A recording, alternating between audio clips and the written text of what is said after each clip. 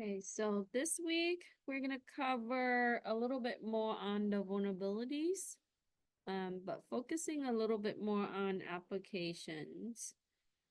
And I was having issue testing Kelly for you guys, but we'll fix some of the problem. So at the beginning of the chapter, it goes into some of the development issues or errors that you often see. When I taught Python, advanced Python programming, I addressed some of this through the programming aspect, but we want to define this so how we can be able to control some of the risk uh, for the application, for the enterprise application purposes. So in the first part, it talks about referring to OAuths. This is the area, this is the reference that you always want to use if you are assessing web server, web application server. They give you a lot of details on how to be able to identify these things and be able to control it. So the first issue that you might run to is called a race condition. This happens a lot with Python applications or applications that use parallel processing, multi-threading. So that means that each core in your processor is able to perform different tasks.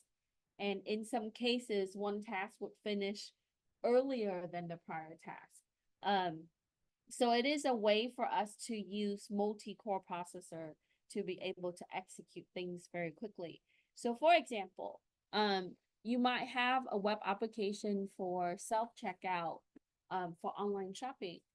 One thread is handling your adding the your products into the cart and totaling that up and giving you a final total before checkout. Another thread is updating your cart. So for example, I might remove something from my cart and a second thread is supposed to update my cart. But the first thread is supposed to take whatever that I modify and add the total up. So what happens is if one thread finished before the other, it's out of sequence and it modifies the data in an incorrect way. So that means that my shopping cart is inaccurate. I might be charged less than what I'm actually purchasing.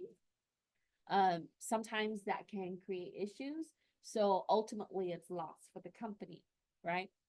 So think of it like two thread is competing for the finish line and one is supposed to finish after the other, but it's not doing that, right? It's finishing before the other and that creates a problem. So that means that you are going to run into some type of data error or corruption.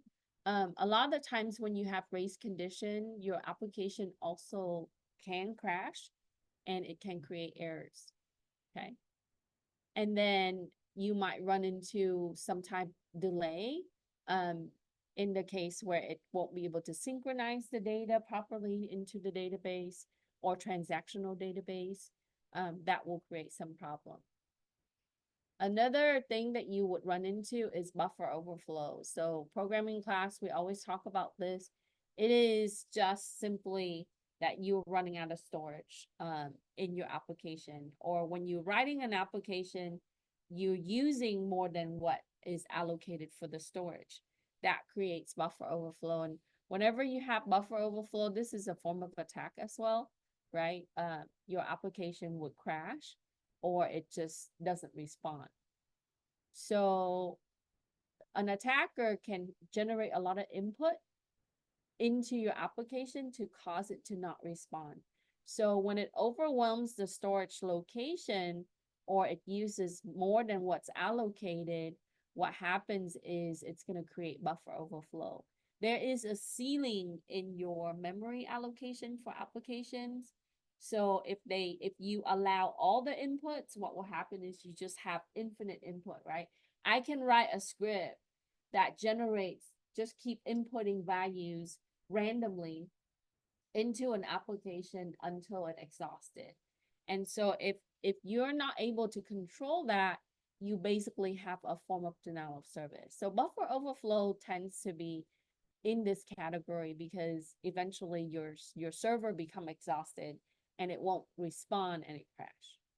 So from a web application standpoint, we have to make sure that we control this area on how we look at heap, which is the user memory storage, along with the stack, which is the compiler storage for the application. Okay. So let's go through and answer and identify some of these issues as we talk about it. Number one, given the below scenario, identify the types of application vulnerability and their controls, I should say. Let me fix that.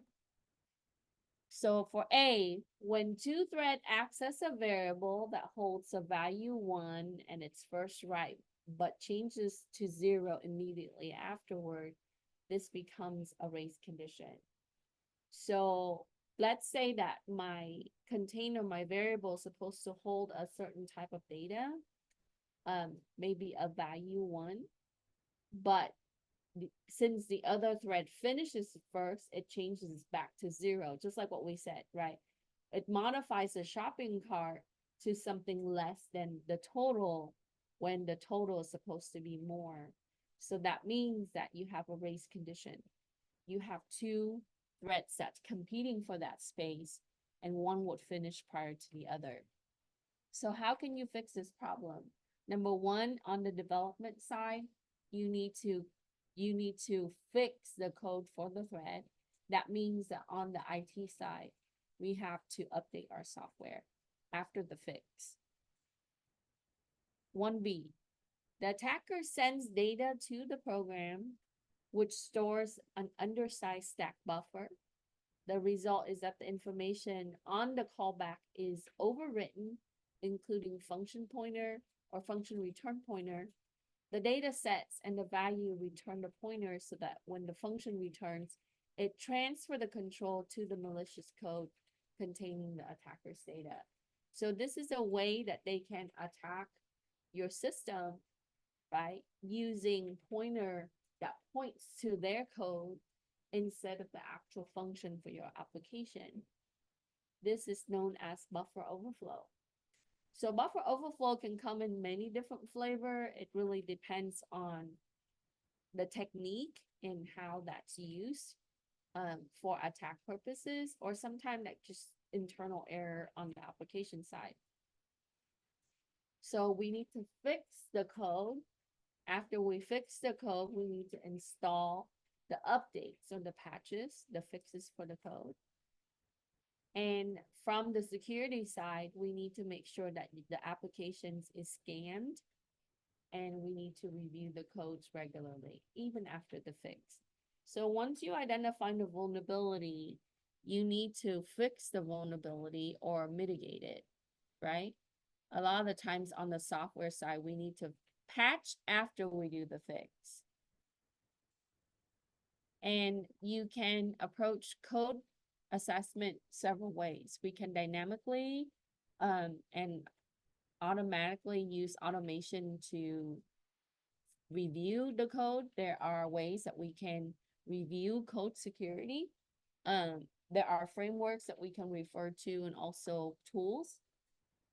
We can also scan against the application, especially web application, to look at potential issues. It will look at different areas from storage all the way to how the site is created and the web application is accepting input.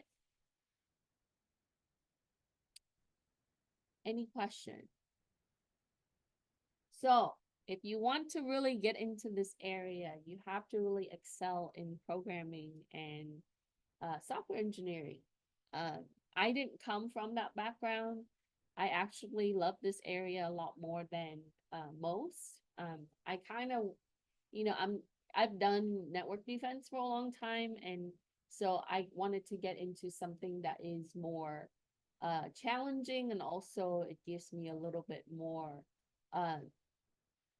I guess niche in the security area.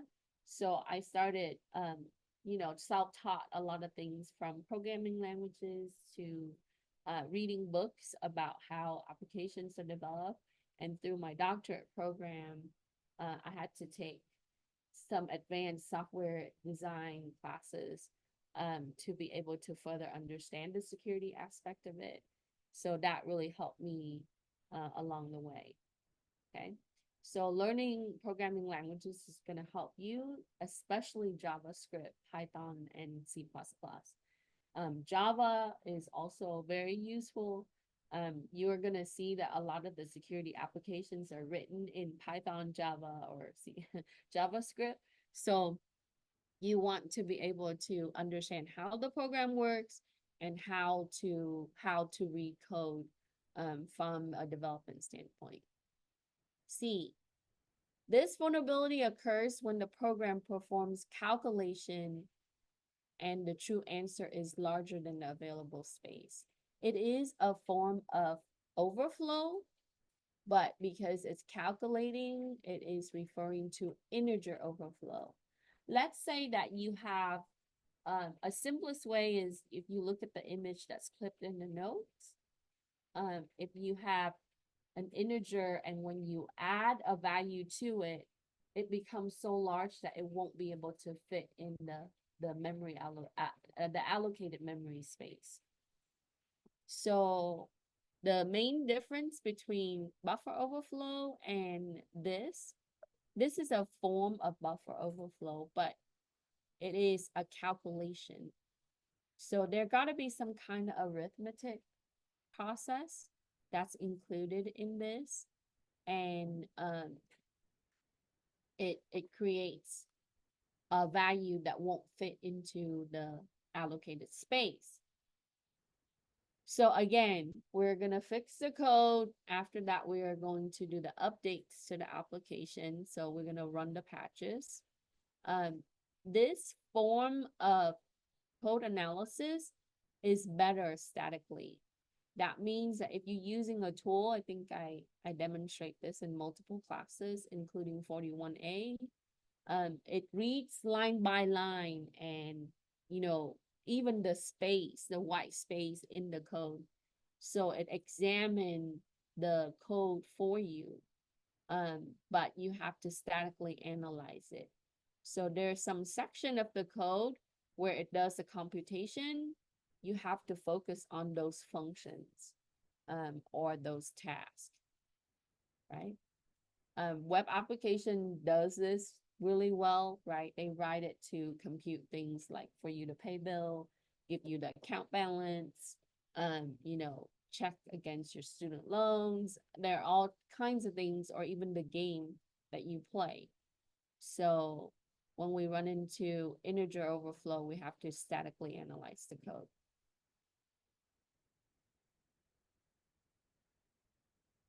For D, attacker gain access only to a few accounts of the application to compromise the system, to commit social security fraud. Usually that relates to identity theft, disclose legally protected, highly sensitive information like health or even some private information from the user. This tends to be generated from broken authentication. So that means that either they brute force their account, they're able to access the account, they're able to find some kind of authentication means to be able to use the account. Sometimes it could be that you're using weak password parameters. So our control is going to be multi-factor authentication. And this is not the only thing, right? Like the industry pushes for this now. So something you have, something you know, something you are in multiple forms. We want to make sure that our password is strength or the length is long. We also need to make sure our session ID is randomly generated because a lot of the algorithm for the session ID is predictable. And then ultimately on the development side, you need to get rid of your default accounts, database admin, right? The admin accounts that is used for development. That's very important. And then E, when the user tries to access the file that does not exist, the error message typically indicates file not found. When accessing the file the user is not authorized for, it indicates access denied. The user is not supposed to know the file even exists, but such inconsistency readily review the presence or the absence of inaccessible files on the site directory. And this is for, it's just basically a design flaw, an error that the developer did not mitigate, and it pertains to error handling. So on the development, you need to be able to handle your error a certain way. Most of the error, known as exceptions, will cause your system to, your application to stop working. So if there's an error, we need to make sure that we fix the error in a way where sometimes not disclose the information to the user. Because I can come in as an attacker and try to get the system to give me error. So that way I can look at the type of flaws that the system would have or the application would have. So we need to make sure that we have rules to handle the errors or exceptions. We need to log these errors and go over the log. So you need to do log analysis on these errors. Application errors tend to generate events, and so we would need to look at that. Again, you need to do code review, and then we need to test while we design. So we don't want to deploy with the poor design, right? And you can sandbox this to be able to kind of see how it handles different errors, different form of inputs, like different clicks, different access, levels, and so on. Okay. So I tried to condense that down to one questions, and you can go through. This is not all coming from your book. I actually use OWASP and other sites to give you some additional details, because your book just gives you like the vulnerability and maybe some tips, but you can find additional information on a lot of really great security websites, right? Also, here's the 10,000 worst passwords. I think this number is growing because, and then this documentation is useful. So the guidelines for how you can use your passwords.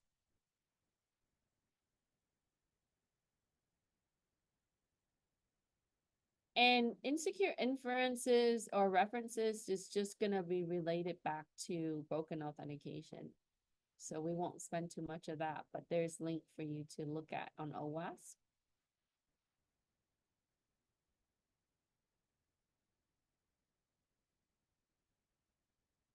Okay. So this is the area that gives us job, actually. Unfortunately, but it is true. So job security tends to be falling into security misconfiguration or poor security design. So in a network environment, from the design aspect to the configuration, you tend to see security appliances or systems, network systems, that are misconfigured. And then the flaws in operating system libraries. So when they say libraries, that refer to code library. And then applications and other area becomes a problem. And so with that, the result for security configuration in web applications, web servers, their storages, create, Informatical error. Create vulnerabilities that can lead to attacks, data leak, disruption for enterprise operation, and ultimately loss of revenue.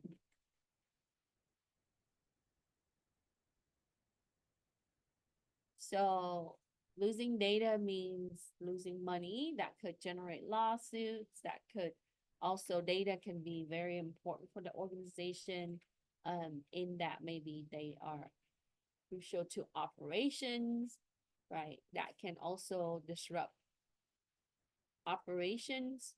So if maybe, let's say that if you have web application for patients to make appointments, to see physicians, and if there are issues with those applications, you will have missed appointments or appointments um, that are not correct, inaccurate appointments. Or you might have web applications that are used for medical billing. And that can create issues because if it is not inaccurate, right, you ultimately have loss in revenue. So security misconfiguration can be an umbrella of issues. We have to dive a little bit deeper into the type of misconfiguration. So we'll start with different areas in the infrastructure that relates to the applications, like database. That could be an applications that relate to a database. And then we'll get into like the web hosting part, and then also the interface and the design of the application. So in itself is a very big area. It relates to the network, it relates to other systems, and it relates to development. So DevOps.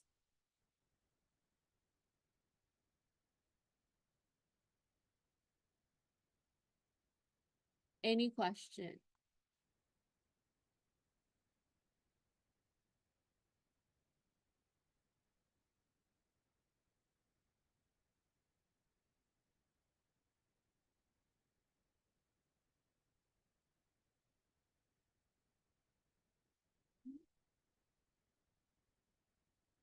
Probably. Yeah, I haven't seen any. Yeah, I'll try to go. But the issue is that sometimes the space is very limited. Right, I registered for it, it's free. Yeah. Yeah, they have a nice lunch. I think they probably invite the same set of people. But it's good to network. Yeah, so if you and everybody is interested in going to the summit, make sure you bring business card, right? Don't be afraid to go talk to the people there. It's a really good way to teach yourself not to be shy at these things and learn to network with people. Introduce yourself, ask them, if they haven't spoken in the event, ask them which company they're from, and then tell them that you're actively looking for work. And if they know of a source, you know, also include your LinkedIn information on your phone so that way they can scan it like the QR. So it's always good to go to. I'll try to go. Yeah, last time I went toward like the second hour, I watched some presentations. Yeah, I think the FBI guys, it's interesting. He talked about like some of the cases he worked on. So I was interested to see how they hack into like into whatever system they're gonna show. They're gonna do like I guess a live demo of it, so I wanna see. yeah, it's probably just virtual systems that nothing we cannot do. Mm. But I'm interested in some of the tools that they use, because sometimes government have access to different set of tools and things. Um, you know. But then if they do some stuff, I'm gonna be like, well, my professor can do a better job. No. Yeah. Always be humble.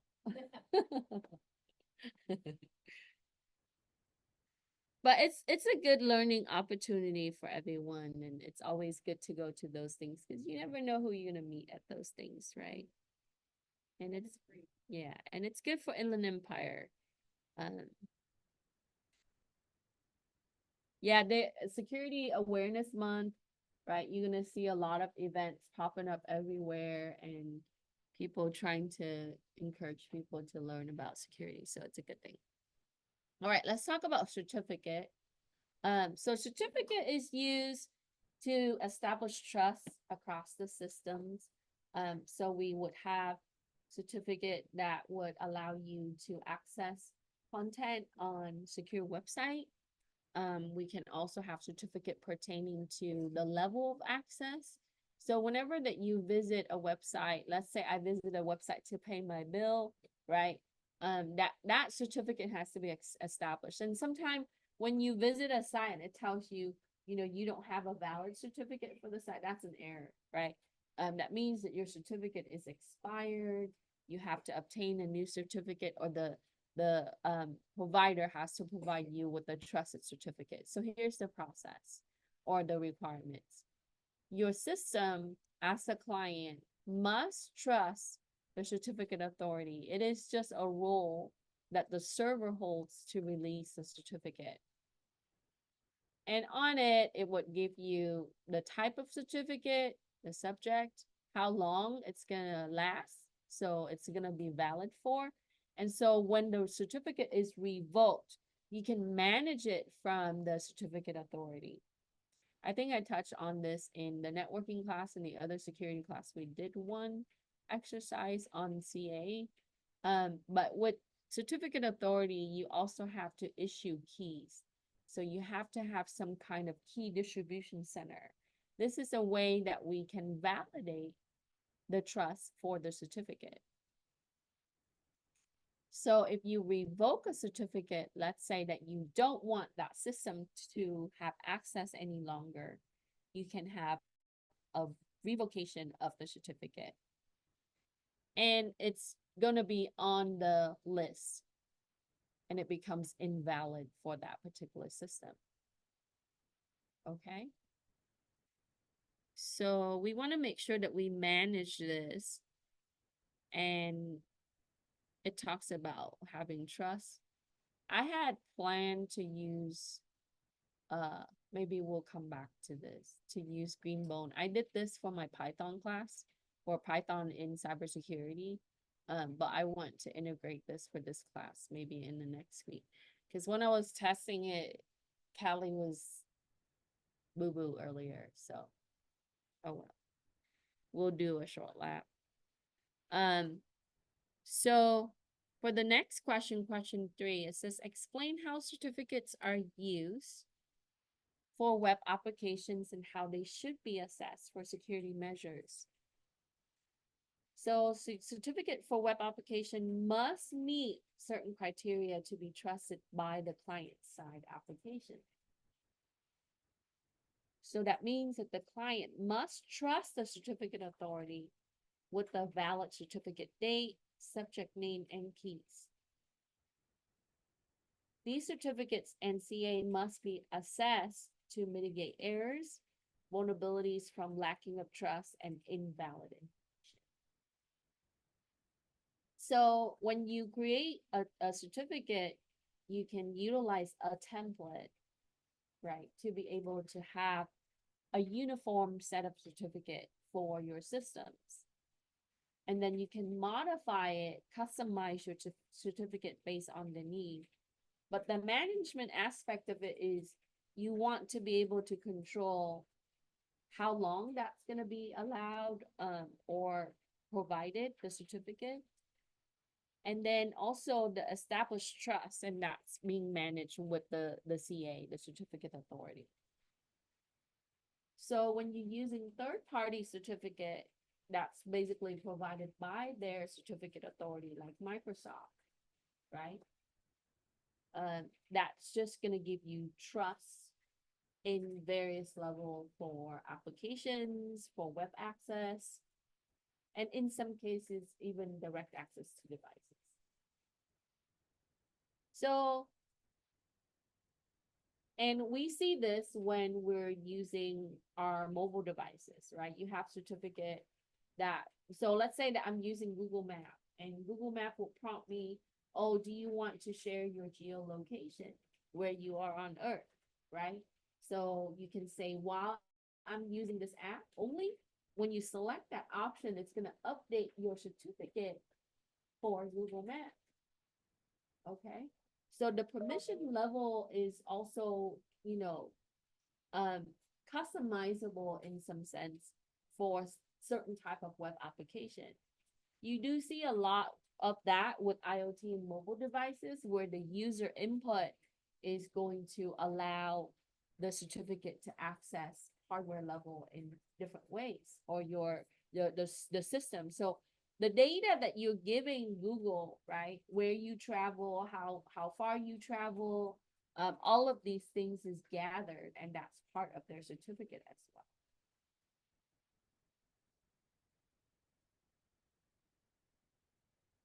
well. Terms and conditions, and how that controls how your device is accessing their systems, right? Now, does it mean that if I disallow or don't allow access, I won't be able to use their application? Not necessarily. I just won't be able to have access to various features, right? So the developer really built certain feature that requires certain permission from the user. So if I want to have voice control in my Google Map, I have to enable that feature. And with that, I have to allow the permission, and that updates the certificate for that application.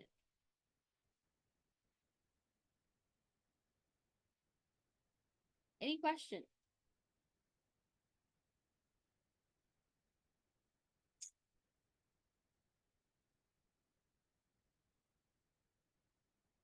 Okay.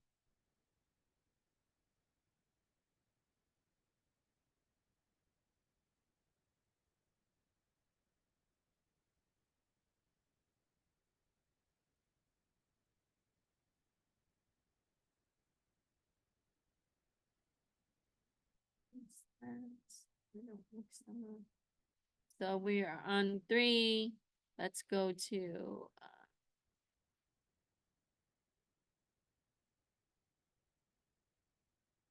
some of the things we want to point out is the version of your cryptography is important, right? You can also use here, it talks about using testing tools to examine. Since we talk about web application, a lot of the times we revert back to TLS.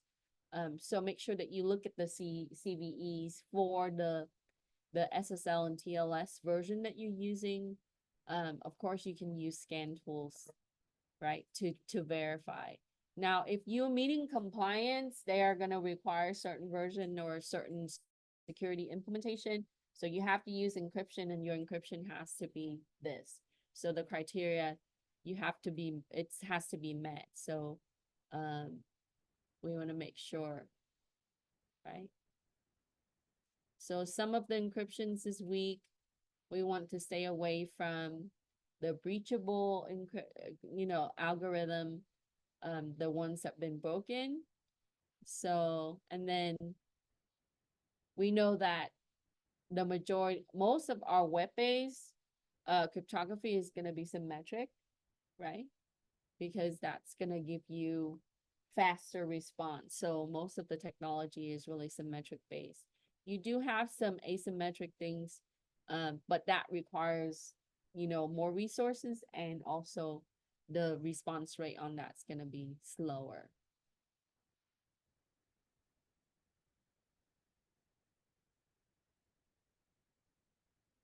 So when you do assessment for cryptography, it's going to look like this.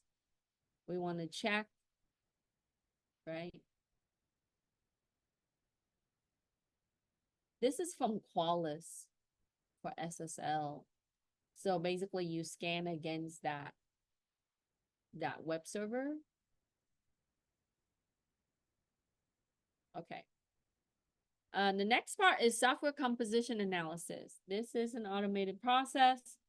This is a way that we can check for vulnerability based on our code.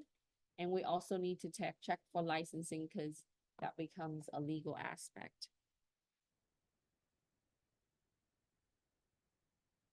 So for number 4, what approach is used to automate the process for checking vulnerabilities within the code of the applications, and then check infringement of the third-party library? That will be your SCA. Software composition analysis. It really look at how the software is built, including the libraries that's integrated. So all software uses some form of library. It's just another module or file that has been created by other developer. So let's say that I want to write an application for my Android system to be able to maybe check my health status, right? So I can bring in some of the library that's already been written for Android for, you know, the device to be able to maybe sense based on my fingerprint reader, or be able to have the user update some health information and compute heart rates, blood pressure, and so on.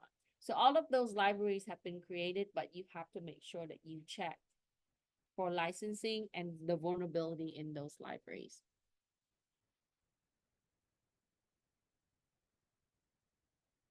Okay, so I'll move this down, maybe 3 down.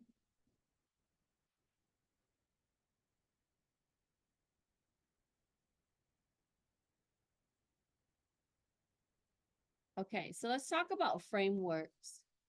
And I think we spent a little bit of time talking about software development lifecycle and then security software development lifecycle.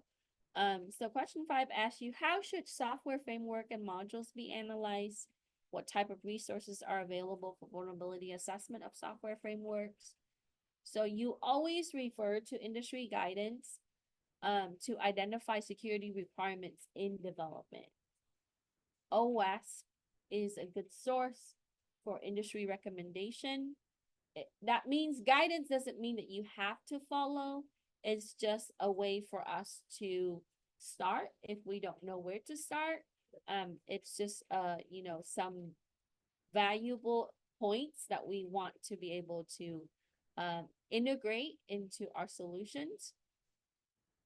So Microsoft recommends security development lifecycle, your SDL, and then also secure software development framework, your SSDF, and you can find this information. I think that's from IBM. The information on, you know, the internet. You can even ask AI and it will be able to provide that. You need to review licensing and library codes for vulnerability. All software application have some kind of CVEs. And once it's identified, it goes into the database, right, for that particular software. So we want to make sure that we check.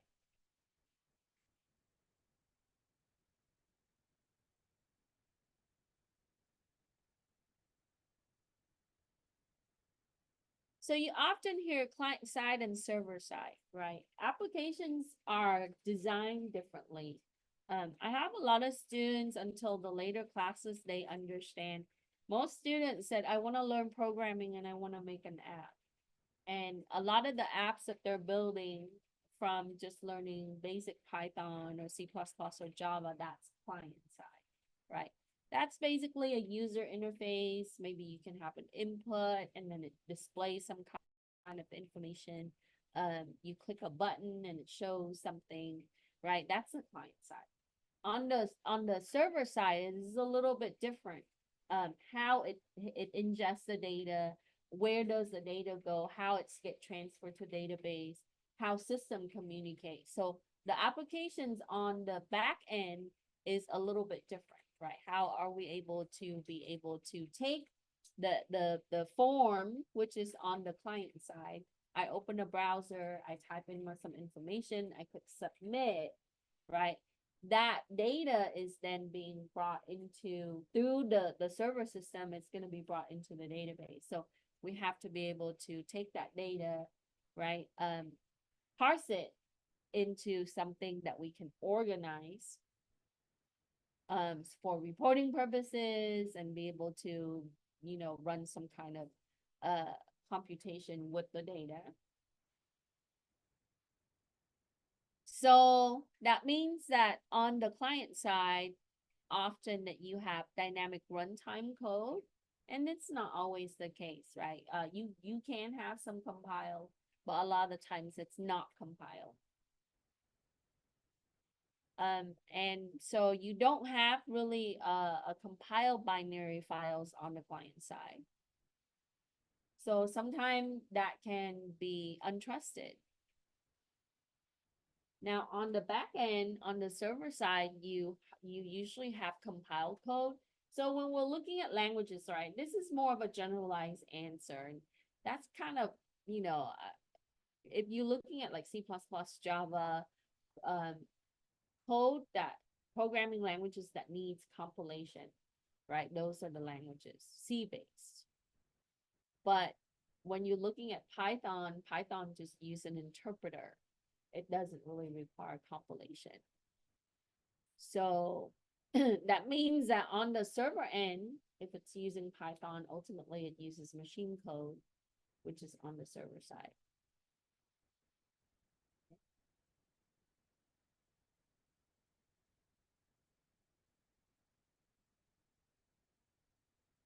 Okay, any questions regarding 6?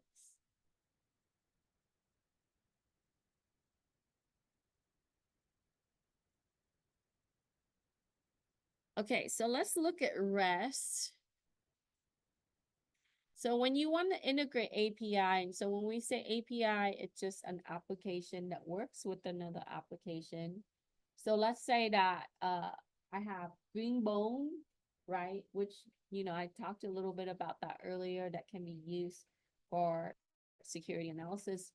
I want to run a Python script or add another application with it. I have to be able to adapt it as an API, right? So if the application itself, like Greenbone, is be able to, if it allows API integration, they have to design it with API integration. Okay. So we would click this right here, and I want you to look at the REST.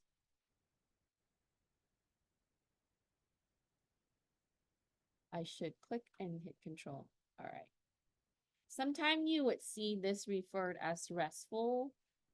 Most people say that, they mistakenly call this a standard or a framework, but it is an architecture. Um, it's not a protocol or a standard. Okay. This is an architectural style. RESTful is really designed in this principle. Ultimately, I want you to take away from this is, no if you follow the architectural design, you're gonna have a uniform interface, right? We want that because that way it is easier for the user to be able to utilize the application, and it's also easier to integrate the API.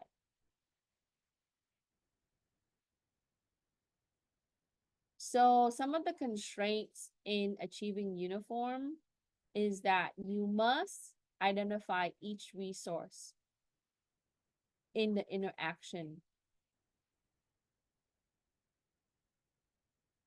Okay, worries me a little bit. In the interaction between the client and the server. That means that how it communicates, right? What kind of information or data is being exchanged. So you have to identify all the resources for it. You can also manipulate the resources through representation. This means that the uniform representations in how the server respond. So when we're looking at like things like, when you visit a website, that's a get, right? So that's what it means, like, so that what kind of tasks and sources and all of those things that's involved between the communication from the client to the server.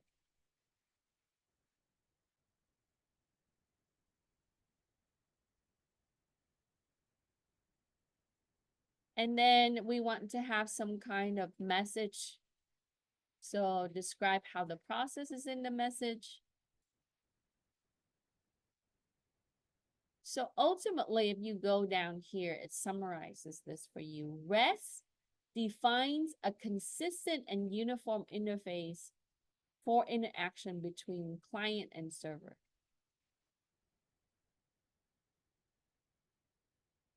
So it doesn't really matter what kind of application that you're using,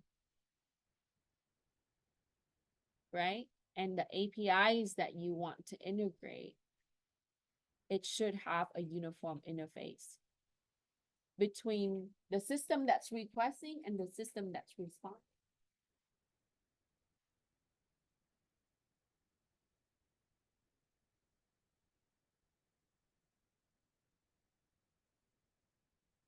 So you can read further, right?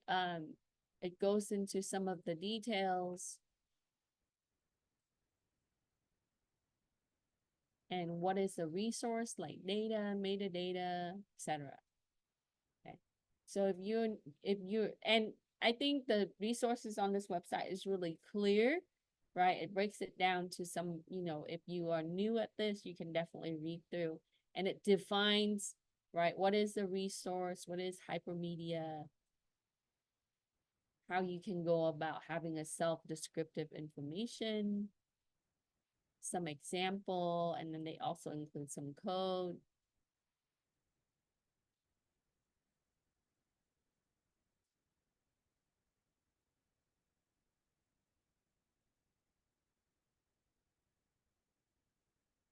Okay. So that's a little bit of information on REST. You can look at the main purpose, so go through that page. Let's keep, okay. Next, I subscribe to Dark Reading. I think Dark Reading has some really good resources on security. I follow them on LinkedIn as well. But we can go to this website.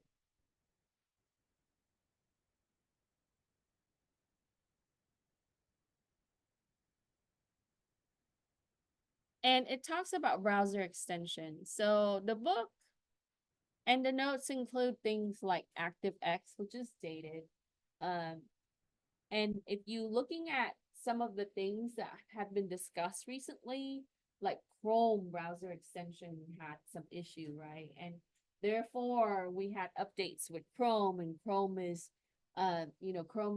used by a lot of people and devices. So there are some high risk extensions, and this is a case study that they were looking at Spin AI. And in the case where they just want to analyze organizations that use specific type of extensions. So it reviews that more than 50% of them are high risk. And so these extension expose data that can be captured, right? And that's simply with JavaScript, login credential, like banking details. So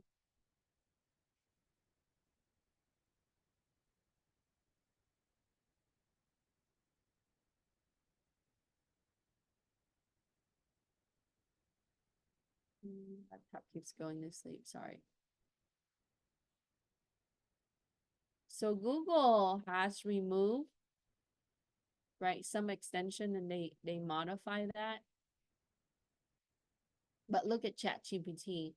200 ChatGPT extensions on Chrome in August and in May. So pretty recent.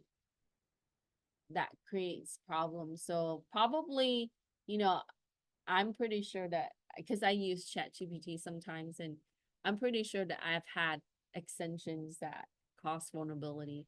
So even the current technology that we see, that we use, right? Look at that. If they're looking at 2,000 employees in the organizations that install extensions, and these extensions were high risk.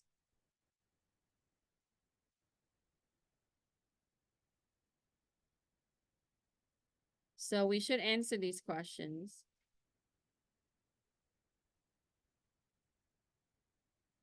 How should organization assess browser extension for security improvement? How can they reduce the risks imposed by the browser extensions? So number one, we need to take a look at the type of extensions that are being used in the organizations through the browser. Assess their vulnerability, and that can come from having newsfeed. I think we talked about that last week, about the latest extension packages.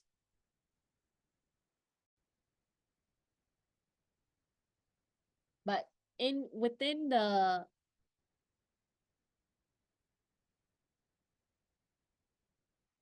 I don't know. Okay. Within the actual, it talks about having a policy on what kind of extension is used. So if you go through it, right? It says it's important that organization establish and enforce policy based on third-party risk management frameworks. Okay. And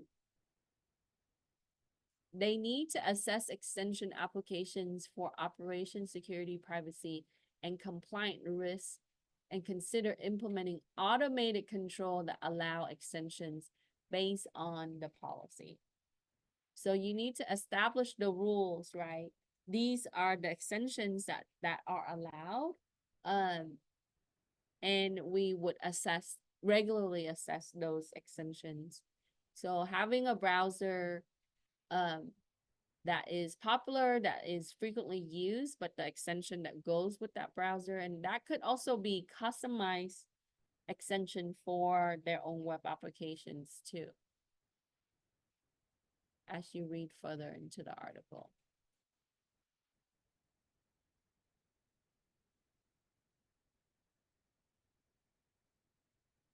Okay, so that's something that is more recent. I want to share with you, so you want to read about it, but everybody knows Java extension, ActiveX extensions. Some of those extensions that's referred in your notes are vulnerable.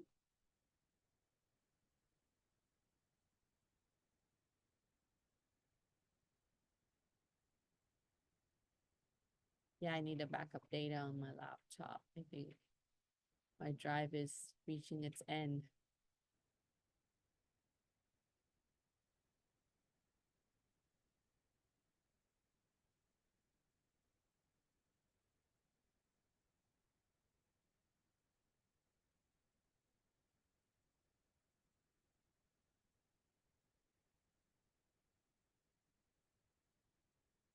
Okay, so browser extensions is there. Prior to that, it talks about JSON, and I think we talked about, binary files and compile and non-compile code from the client and server. We don't really use Internet Explorer anymore, so ActiveX went out the window after Explorer 11. But you have Edge, which uses extension, and then you have extension from Windows Store. So these are just like this is the screenshot of things that you can add to Edge.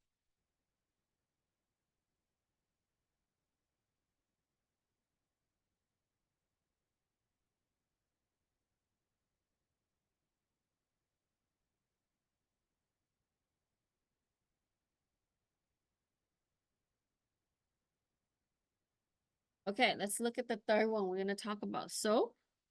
SOAP.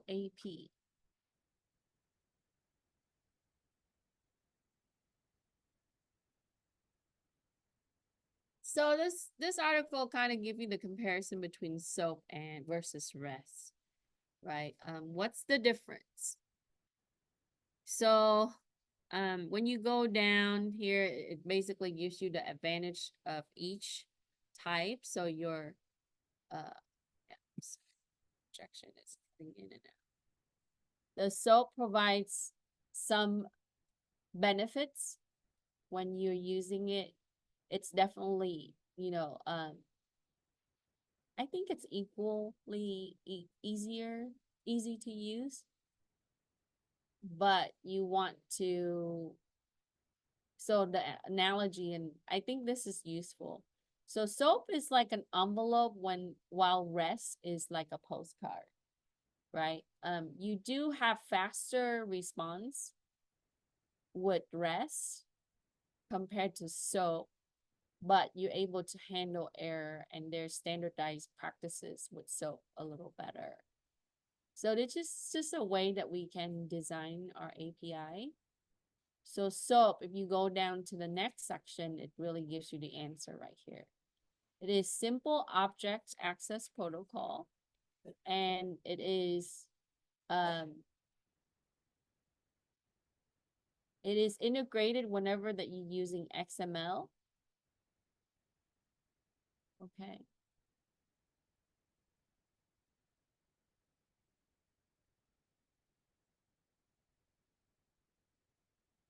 And then this is the example in code, but ultimately you can refer to this section. So each input parameter is defined in the bound of the type, like you would have integer, string for text, and sometimes more complex object. It talks about operations.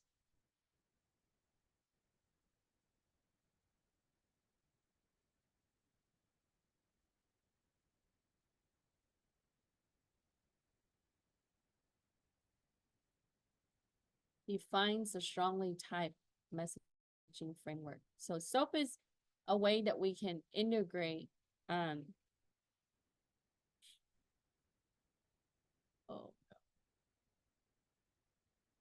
what is going on?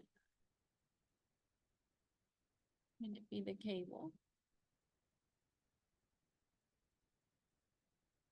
Okay, so put down the differences between REST API and SOAP. How is it different? What is SOAP, right? So that way you know.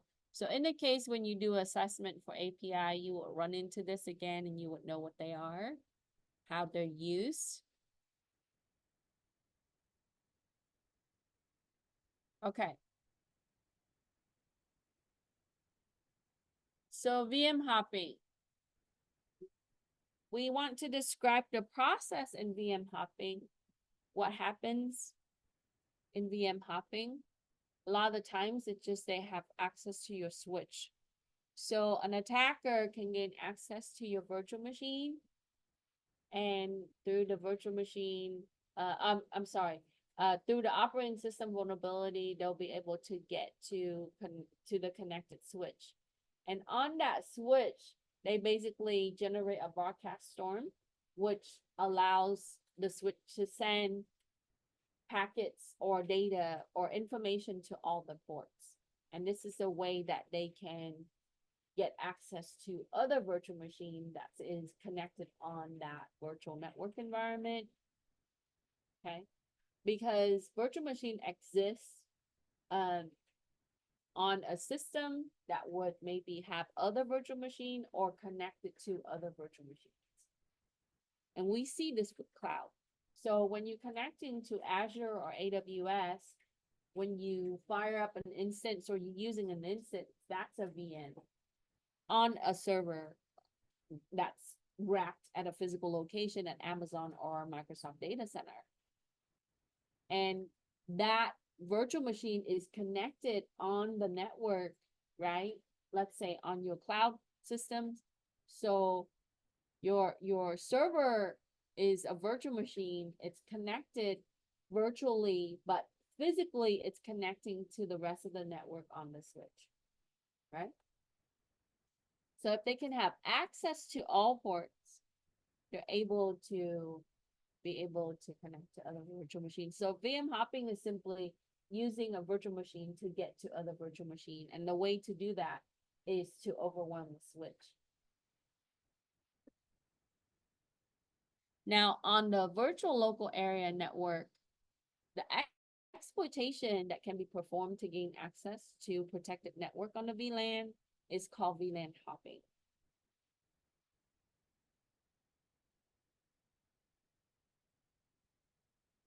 VLAN is often used to have a specific segment, so I can have maybe a group of systems that's on one VLAN and, using another VLAN for another set of systems. So if you read the information that's provided in your notes,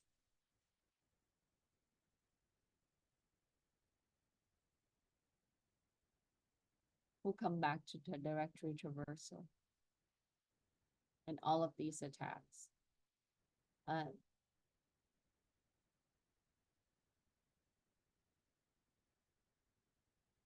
We're gonna do some SQL stuff today. We'll come back to these. Okay. So VLAN hopping right here, it talks about VLAN hopping and virtual machine hopping. So in order to really control this, you need to make sure that you group the virtual machine, right? Using VLAN. But then you have VLAN hopping. So your virtual machine would then, is that fire alarm I'm hearing, or are you just hearing things? Okay. Your virtual machine would then be set up in a way where it's segmented, so that way you can have it secure. But when you have VM escape, right, this is what we talked about earlier, VM hopping, you would see that it is using the vulnerability from the OS and then be able to connect it to another OS that's virtual.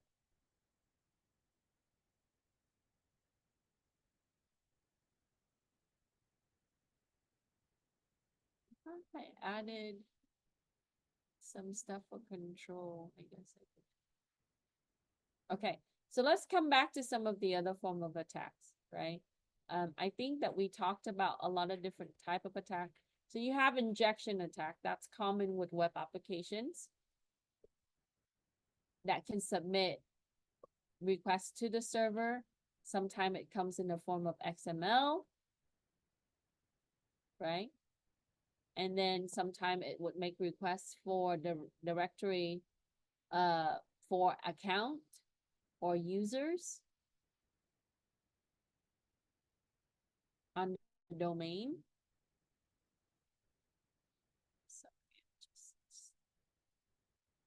And then you have SQL injection.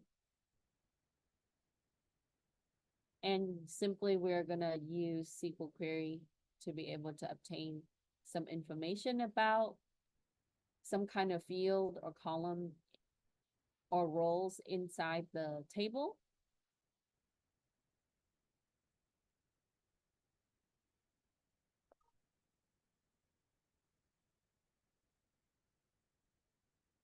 I think I miss cross-site scripting, right? Oh, there it is. So the CSRF, this, you can use something like, there are exploitation framework to test this, specifically for web application. So, I don't know why the screen, okay. I think these screens maybe are having issues. Okay, goal of the attacker is to run the script so that way it would authorize or use some kind of script to be able to, so exploitation kit is really good for this. There are specific exploitation kit that you can use like Thief and other things.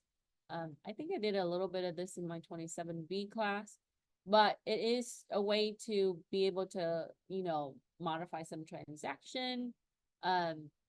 You can have it, so that way you can authenticate it securely, right? As an attacker or an external party, directly to that website. Okay, so it would be something like this. Now you can't really inject this into, so when it generates, this is what you see from the server end. It's gonna get, and then it's gonna put in the account, and then the amount like this. So if they want to modify the amount transaction, if they're successful with that, it will be something like this.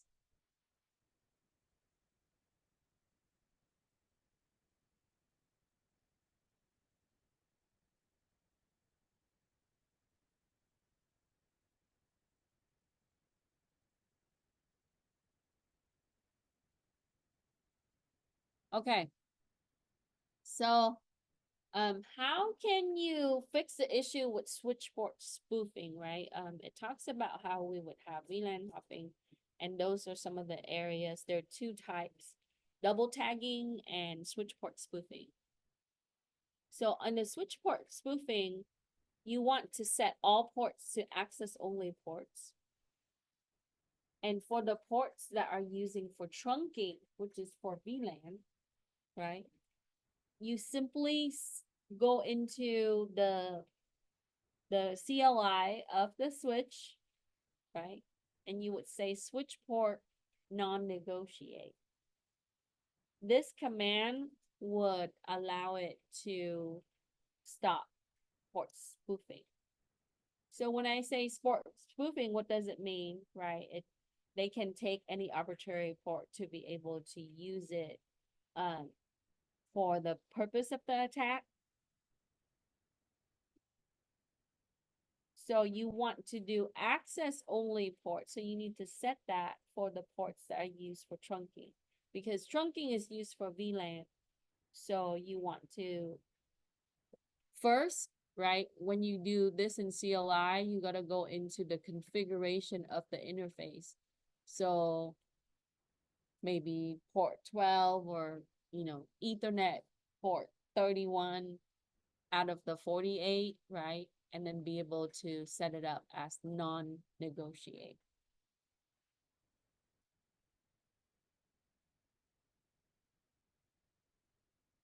And this is standard Cisco command. So I think a lot of the other form of switches uses Cisco-based command as well. But you can also reference the manual of the switch.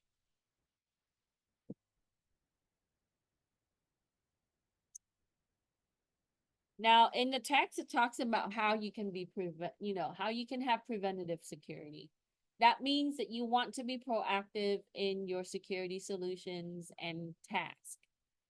So you would have to establish what's called a hunt team.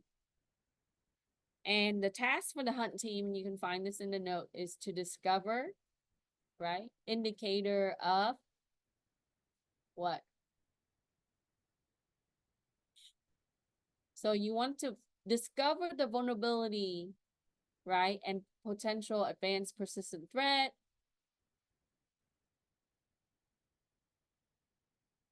By looking at attacks or the past attack and current attacks, or things that are in progress.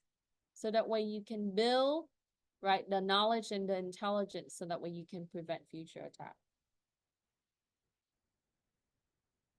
So we want to be able to make sure that we have, right, the data from historical attempts of attack or attack. And then if we are currently being attacked, we want to be able to build that intelligence. So that means that sometimes it will require you to have forensic techniques. And also you need to access historical log data.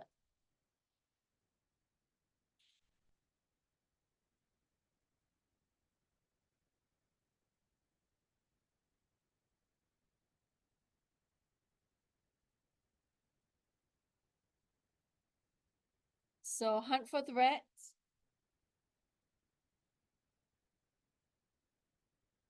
Or be able to build data from historical threats.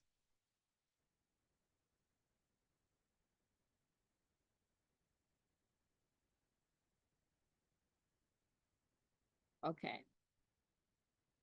Deceptive technology. I'm pretty sure many of you have heard all of these before in prior classes, but we want an overview of it again. So how can I use these technologies in security for my enterprise?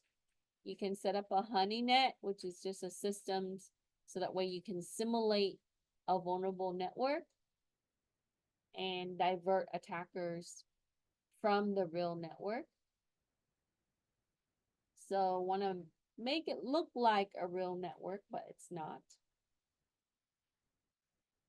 You can use a honeypot, which is one system, and make it a vulnerable system like a web server, a web application server, to lure the attacker away from your real system.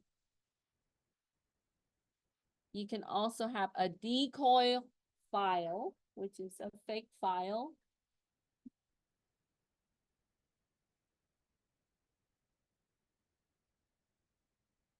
And you want to draw the interest of the attacker. I would not make it obvious like a password doc. Come on. Right. If I'm the attacker, I would know better. But you want it to be tempting enough for someone to look at it, so they will be tempted by it, but at the same time not so obvious, right? But you'd be surprised too, some people fall for the obvious, but so you have to kind of put in some thought on how you want to make these fake file to kind of lure them. The reason why you want to do this is you wanted to see who accessed those files, if they're able to access those files, right? And then so that way you can build your data. Okay. So a lot of it is to really collect data or information about, attack techniques and behavior.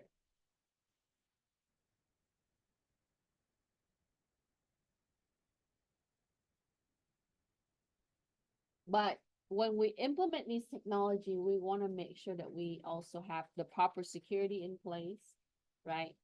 To protect our real system. Because if they can get you to the vulnerable systems, right, then we want to use that as a lesson for us to improve our security.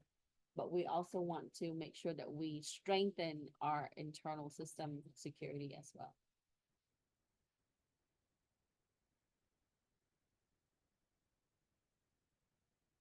Let me move this up so we can see everything together. Almost done with lecture. So the process to build security data analytics is going to be, first, you have to get the data. That could be logs, that could be files, that could be network traffic. So a lot of it for us is going to be logs, activities that happens from, things that happens on your firewall logs, security appliance logs, events, errors. And just to let you know that data is mostly not clean, right? You have to parse the data into something that you can read. Not all system is going to give you CSV or things in Excel. Sometimes it's only in text, and you got to take that file and then put it into something that you can quickly search or filter. So that means that you have to format the data or process the data. So make it into something usable. Then we want to store the data, so make sure that it is safe and secure. They call this a data lake, right? So your data can also still be raw. And then you would analyze the data. So we would use tools to do this, right? Now, some portal or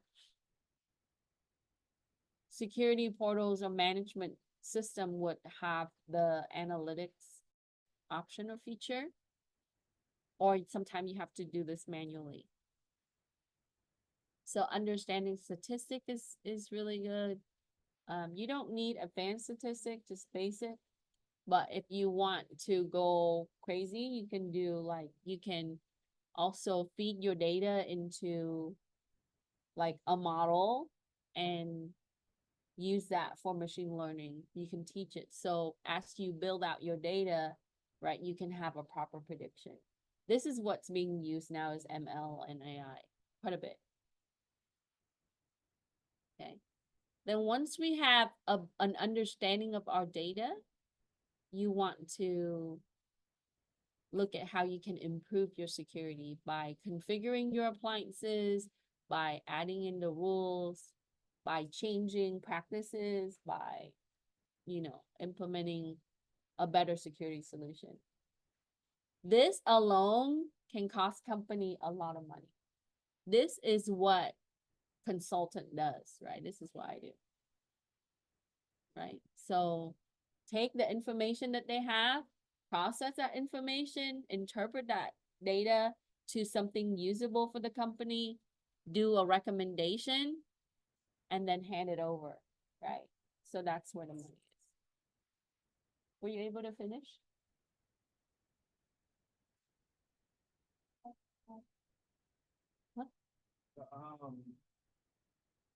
The, the lead that down. Oh, okay. 19%. You screenshot it? Oh, yeah, I have. Oh, okay. Yeah, just screenshot it like it. I think we were not able to finish because the 4 gig drive is too big, like we talked about that yesterday. Just screenshot it. Yeah, and then go to the last 2 questions of the lab and answer that. I usually have. Okay, 16. What security solutions can be implemented or should be implemented as preventative risk reduction measure? We learned this, right? We want to overlap our measures, defense in depth, right? Carry that with you until the end, because that's basically security. So system hardening, close your ports, disable unnecessary services, patch.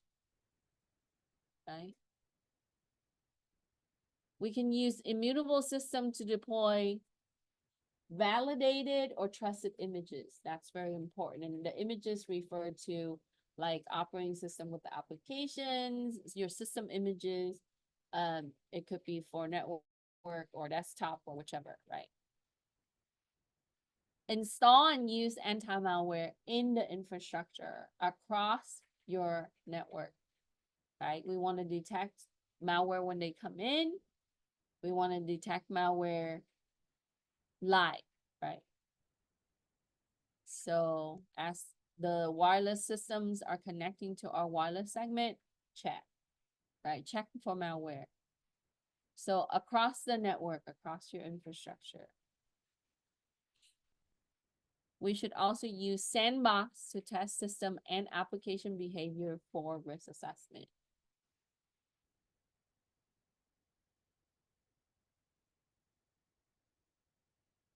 This is going to reduce some of the error that we talked about, which creates vulnerability for our web applications and so on. And 17 is kind of a broader question. How should organization manage application? It could be a vast of things, right? Going with the textbook and the notes, these are the 3 things that they highlight. Number 1, make sure that we are proper licensing. Even if you use an open source, you have to get permission, because if you are a for-profit institution, you want to make sure that you ask for permission to use an open source tool. If it's proprietary, we're going to make sure that our license is up to date. And it mentioned things like using atomic function to control or isolate processes to prevent data leak. You don't have to do that. There are other ways to do DLP, but it is one approach. You should also whitelist applications, what you allow as applications or web applications, and you should control permissions on these applications.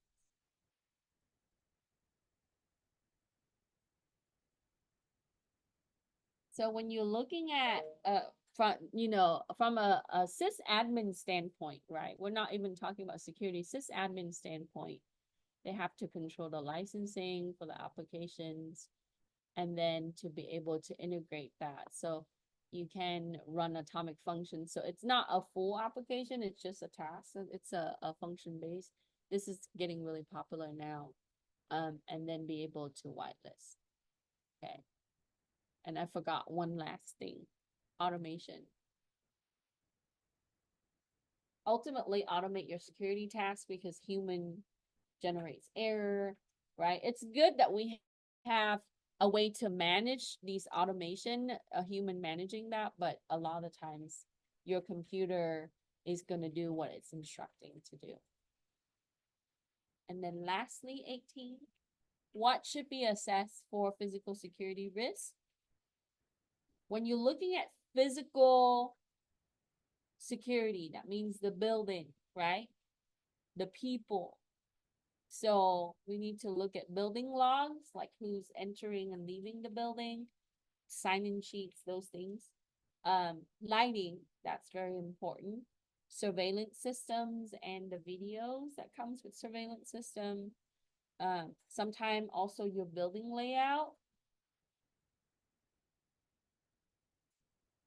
Gates and enclosures, that's important.